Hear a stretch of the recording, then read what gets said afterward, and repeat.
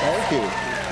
Oh my God, I love your outfit. Thank you. Those are the pants I love because you can just go and they're off. You can? Yeah, those are the button ones, right? Those are the, yeah. You know, like the button ones on the sides, like when you play sports? Anyway, I love those. It's nice to see you Nice again. to see you again, yeah. We haven't seen each other. I think we met and we were doing something with David Foster for That was Indy. it, something he roped us into. Yeah, and we showed up, but it was a race situation that we both knew a lot about.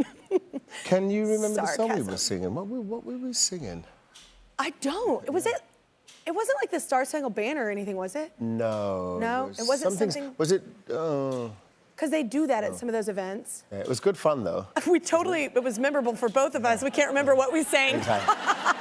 It was so long ago. I mean, like probably 2004 or 5. Yeah, probably. At least 16, 17 years ago. Yeah, it was a while back. Anyway, your voice is incredible. I was so thank honored you. to get to sing with you. I love... There's people that can sing, like I feel like I'm a singer, but you're like a stylist. You have that tone that everybody recognizes right off the bat. You know, it's so special. Well, you're not so bad yourself. Your tone though is just incredible. Do you remember the first time you ever performed anywhere, like when you were a kid? Yeah, I remember the first time singing live. I had this teacher at school called Mr. Wren, and I idolized him, and I wanted to be like him. He was the kind of teacher that all the guy teachers wanted to be, and all the girl teachers wanted to be with, that kind of guy, you know. Yeah.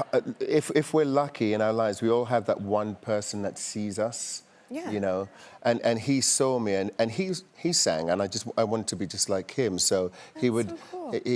So I started singing, and then he would encourage me to sing, and he put me on stage to sing a song by Johnny Nash at the Parents and Teachers Association evening. Now, my parents had never heard me sing before. They didn't even know that I sang. And I remember him calling my name to the stage. He said, and now, we're going to have young Seal, and he's going to sing this Johnny Nash song, I Can See Clearly. You know that? Yeah. I can see clearly now, the rain is gone. It's going to be a bright, bright, sunshiny day. Such a great song. Yeah. So he goes... Feel free to do that at any moment during this interview. It sounds so sexy. So, it's so cool. Yeah, it is. You're rasp. You know what it is? When I'm tired, like I'm tired today, but when I'm tired, I love singing when I'm tired because I feel like I can sound cool like you, or like maybe Tony Braxton. You know, that low, raspy, just like, I don't have that most of the time. Keep going. So sorry. How did you do with the song when you were a kid? Were you nervous on the stage? Well, yeah, I was. I remember him calling, and it's like that scene in a movie where, everything goes silent and you can hear a pin drop. Yeah. And because it was a cappella. And no one had ever heard me sing before, so I remember... You didn't even sing with music for the first time? No, it was just... Bold. So he called me on stage, and I remember standing there and looking out and seeing everyone in the audience, pretty much like I'm seeing you, except there were more of you. Yeah. And I just... I wanted the stage to just open and swallow me up, So nervous. It was the last place I wanted to be, and I was kind of like, I was frozen, but somehow I closed my eyes and got through it and sang and kept my eyes closed at the end of it, and then just everyone applauded, and I remember looking at it and seeing my parents going... Like what? Like that. And the interesting thing about that experience is that place, that stage that felt like the most terrifying, most lonely place, all of a sudden felt like home, and I never forgot that feeling.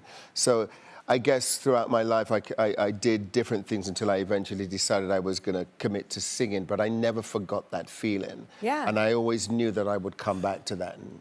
I love that story, but I also love that you pointed out, it is like, if one person sees you and you're younger and it gives you confidence, like that you can do something and maybe you're special, and every kid likes to feel special, right? Of course. So it does take one person, I think, to like, I mean, it's good if it's more than one, but if it's just one, that's nice that, you feel like you maybe found something that you're special at, and it gives, that's what happened to me too. And it really, and you're absolutely right. It changes your personality, everything. Yeah, it really comes down to who, that champion or those champions in your life that do see you and encourage you to be special. Yeah. And who knows, if not for Mr. Wren, perhaps, it wouldn't have happened for me. Yeah. I certainly wouldn't have had that experience. And throughout my life, I've had timely people who have come and championed me and have seen me in different ways and given me the inspiration and the courage to move on, which is why I feel so strongly about mentoring. Yeah. About, you know, I found out fairly recently that as much as I love singing and as much as I love performing and as much as music is a part of my life, I really love coaching. I really love, I would much rather see somebody else transcend whatever's holding them back than doing it myself. I get more pleasure out of that. That's why I love being a part of The Voice. Yeah, because it's like and especially because I came from that environment. Like it's the most awesome thing to be blessed in your career. A lot of people can sing, a lot of people can do what we do, don't have your tone, but like, you know, a lot of people can do what we do. And it's cool to be able to like look at someone younger and go, let me show you what maybe you're not seeing, that little light in you. And it's so cool to be able to bring that out of people. It is so gratifying. All right, so your biggest song, Kiss from a Rose, was from your sophomore album, which usually is kind of a tough album for everybody. But this is like your biggest song on your sophomore album. That's incredible. Well, I got... It's an incredible thing. I got really lucky. I got really, really lucky because, as you say, you know, we call it the sophomore jinx. The second album generally tanks, especially if you've had a big first album, which in my case I did. Anyway, came to recording the second or releasing the second album. We released 4 singles from it. I think it was Prayer for the Dying, Newborn Friend, Show Me, and this weird little song called Kiss from a Rose. And I remember the song Kiss from a Rose, it charted at number 60, dropped to number 80 the next week, and was done. It was out of the charts. I did this terrible video for it, which didn't help. And the song was done. I was in the studio recording the third album. Now, the first album had sold, I think, about 7 million or thereabouts, you know, which in those days, it was pretty big. Now it's unheard of. People don't buy albums. But even then, it was pretty successful. And so it is sort of about 7 million albums. The second, after the release of those 4 singles I just mentioned, sold about 2.5, and it was like, okay, it wasn't bad, you know. It wasn't bad. It wasn't quite the success of the first one, but you know, we were licking our wounds and back in the studio making the third album. And then I got a call from someone called Joel Schumacher. Just someone, Yeah. God rest his soul, you know. And he said, look, Seal, I'm a huge fan. I'm making this movie called Batman Forever, and I need a song for the love scene between Kidman and Kilmer, I think it was. Have you got anything? My manager, Bob Cavallo, was on the phone at the time. Said, have you got anything? He said, what? I said, well, Joel, no, I don't. I've finished promoting the second album. I've released the singles. You know, I'm back. I'm sorry. So Cavallo says, let me take care of this. So he sends Joel Schumacher a copy of my second album and puts a little asterisk next to Kiss from a Rose. The next day, Joel calls back. He says, I temped the song in the scene. It doesn't work. Okay, but I love the song so much, I'm just going to stick it on the end credits, right? So you know, 8 million albums and 4 Grammys later, everyone's like, well, you know.